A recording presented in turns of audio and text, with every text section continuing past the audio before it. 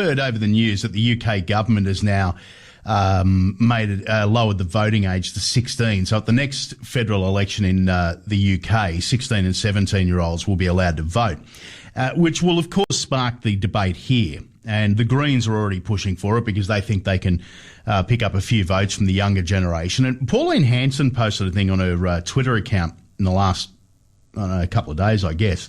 She said, last night I had a respectful debate with a young man named Hayes who was part of a campaign to lower Australians' voting age of 16. He's passionate, articulate and clearly cares about his country. I commend him for that, but caring about issues is not the same as being ready to vote on them. Now, she says at 16 you can't legally drink, smoke, sign a lease or enlist to defend this country, and there's a good reason for that. We understand that maturity matters. Voting is no different. But yeah, I agree with that sentiment, and I think we actually should raise the voting age to 21. That's my view, because we've created in this country over the last couple of decades a less resilient younger generation that are, let's face it, and I know there's a flippant way of looking at it, but if you think about the First World War, there were 16 and 17-year-olds lining up to fight for their countries. Now 16 and 17-year-olds can't get out of bed in the morning. And it's our fault because we've created this sense of fear and intrepidation amongst our generations. We've tried to indoctrinate them through our educational institutions, and that's what Pauline goes on to say here. But this argument that, if you can do this, you should be allowed to do this, does not cut it with me. So when people say, you can sign up to join the army at 18, you should be allowed to do whatever. Well, no, because joining the army and drinking alcohol and smoking and voting and driving and doing whatever are not the same things. All of these things are different and should be addressed individually. So there's argument that you should be able to do this particular thing, like vote at 16 because you can go and work at McDonald's, doesn't cut it for me. Because voting and working at McDonald's are not the same thing. It's the same as people who, in the United States, the drinking age is 21.